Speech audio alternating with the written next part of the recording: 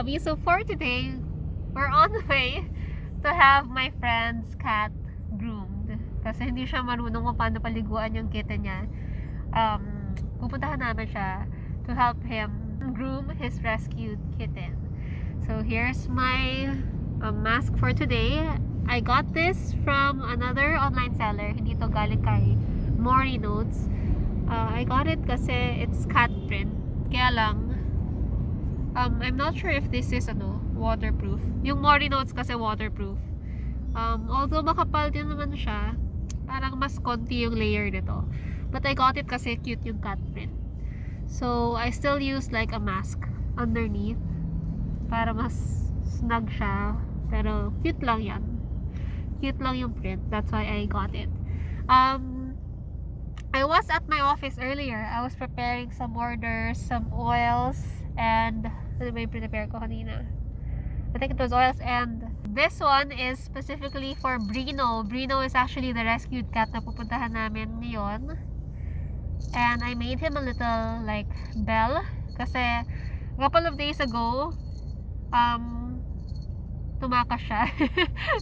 You know kittens, they're super hyper. So yan, nasalisi sila. So I said better make him like a little collar with the bell. Since maliit pa siya, kasi he's only about 3 months old or 4 months. Nag-crochet na lang ko para meron siyang masuot na bell. And this bottle is for him. Yeah.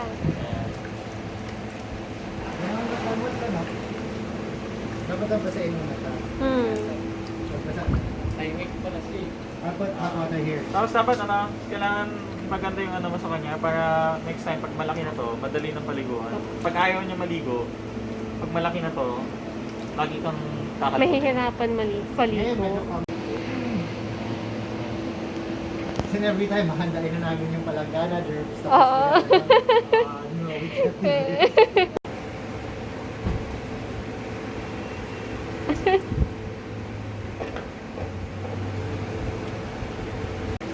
Yan ba yung sinasabi mong fat belly? Parang worm to and hindi to fat belly. Tapos pag yun o, malabas na yung nanginginig ko. Okay. Konting basa-basa lang. Konting basa-basa.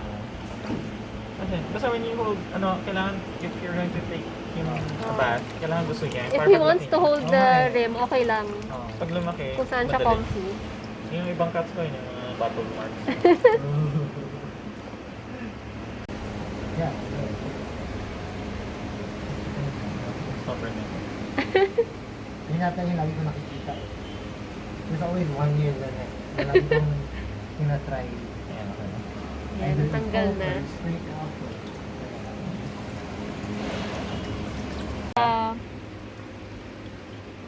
Check mo niya yung ears. Actually, nung dumating siya, madumi yung ears. Hey guys, thank you so much for watching. I hope you've enjoyed this video. Don't forget to hit thumbs up and subscribe to my channel. Don't forget to follow me on my social media accounts, and I'll see you in my next video. Bye!